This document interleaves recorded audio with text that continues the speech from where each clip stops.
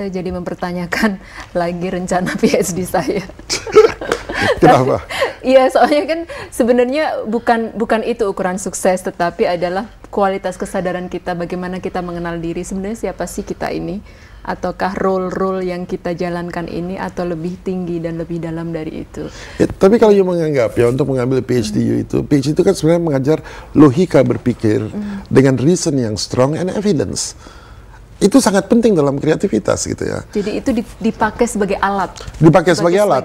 Pakailah untuk, sebagai alat. Untuk tumbuh. Untuk tumbuh. Yeah. Jadi waktu you membuat tesis PhD you gunakan kreativitas you, ide-ide yang namanya out of box thinking, asal dengan logic, dengan evidence dan dengan reason, itu akan menjadi satu karya yang bagus sekali. Dan bukan tidak mungkin kalau karya itu banyak sekali tesis-tesis yang inspiratif ya, itu menjadi bisa Nobel Prize winner karena dari PhD tesisnya. Itu menunjukkan kreativitas. Jadi kreativitas bisa dilakukan apa saja. Apakah buat tesis PhD, apakah kita motong daging, apakah kita memasak.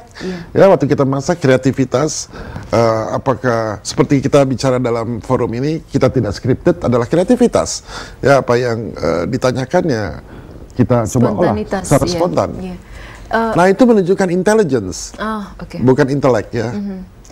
Kreativitas itu sendiri, Pak Richard, apakah dia muncul pada kondisi-kondisi tertentu pikiran kita? Misalnya beberapa minggu yang lalu kita bicara tentang brainwave pada saat kita in the meditative period, seperti para ahli filsafat atau Einstein atau penemu-penemu zaman dulu kan mereka berada pada brainwave di mana sebenarnya tidak sedang aktif. Apakah coba kita lihat Einstein waktu dia menemukan gravity, Newton. Dia ada di mana waktu itu ceritanya? Di bawah pohon. Dia apel, dia lagi ngantuk-ngantuk kan, mau tertidur, lalu jatuh apel. Einstein waktu dia menemukan MC kuadrat, dia lagi tertidur, lalu dia bermimpi, ya dia naik ke roket gitu ya, naik kendaraan yang lebih cepat dari cahaya. Atau cerita mengenai Nabi Muhammad. Nabi Muhammad waktu mendapatkan Al-Quran ada di mana? Dia berada di gua Hira. Dia lagi ya, siang-siang mungkin tergantuk-gantuk, kemudian mendapatkan sesuatu yang sangat kreatif ya, Al-Quran ya sangat kreatif ya, karena pada waktu itu banyak sekali polytheism. Nah, jadi kelihatannya ada common denominator bahwa kreativitas itu menjadi sangat optimal ketika kita berada brainwave tertentu, gelombang otak tertentu, dan penelitian menunjukkan kalau gelombang otak kita berada pada level 7,8 Hz atau 7,8 cycle per second, maka kita membuka kita punya subconscious mind sehingga informasi dari universal mind, all sumber dari kreativitas itu bisa datang channeling melalui diri you, dan ini bisa menemukan apa yang sesuai dengan keinginan you. Jadi brainwave jadi penting. Kalau you lagi marah, bisa kreatif nggak? Tidak, karena brainwave-nya terlalu tinggi gitu.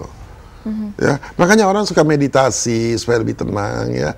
Dia menjadi jauh lebih kreatif karena brainwave-nya lebih pelan. Kalau sebelum tidur kan Pak Richard juga bilang itu brainwave yang sangat ideal untuk berkreativitas. Juga pada saat kalau sangat capek gitu sama ya Pak Richard? Iya, dia sangat capek atau mau tidur. Nah, problemnya pada waktu kita ngantuk, kita nggak mau berkreasi karena ngantuk sekali. Padahal di situ kuncinya kalau kita kreatif, ya kita memvisualize apa yang kita inginkan. Di situ kuncinya karena akan terjadi resonansi. Pada waktu kita capek sekali, kadang-kadang kita kan nggak mau berpikir. Kuncinya kan gitu. Karena kita tidak mau berpikir, ya tidak terganggu, maka kreativitas bisa muncul dengan bagus. Karena tidak ada gangguan di sebenarnya. Saya jadi ingat tentang capek sekali ini Pak Richard, karena dulu saya pernah ikut kelas Pak Richard remote viewing, dan saya capek sekali. Pada saat saya capek, saya melakukan itu karena sebenarnya pada saat itu saya tidak sadar kenapa saya lakukan, tapi saya punya target setiap hari harus melakukan satu. Dan hasilnya ternyata bagus sekali pada saat saya capek. Jadi sekarang saya sering pakai Pak Richard pada saat sebelum tidur dan capek sekali, saya tidak tidur tetapi melakukan sebuah karya. Ya, Anda bisa ngerti nggak Mari, kenapa pada waktu capek hasilnya accurate? Karena pada waktu capek, mind kita sudah nggak berpikir, yang berjalan adalah instinktif. Jadi waktu you menulis, waktu menaik remote viewing, you mendeskripsikan, itu sudah instinktif. Ya. Dan karena insting itu umurnya jauh lebih tua daripada intelek, maka itu menjadi lebih powerful. Jadi lebih powerful. Iya.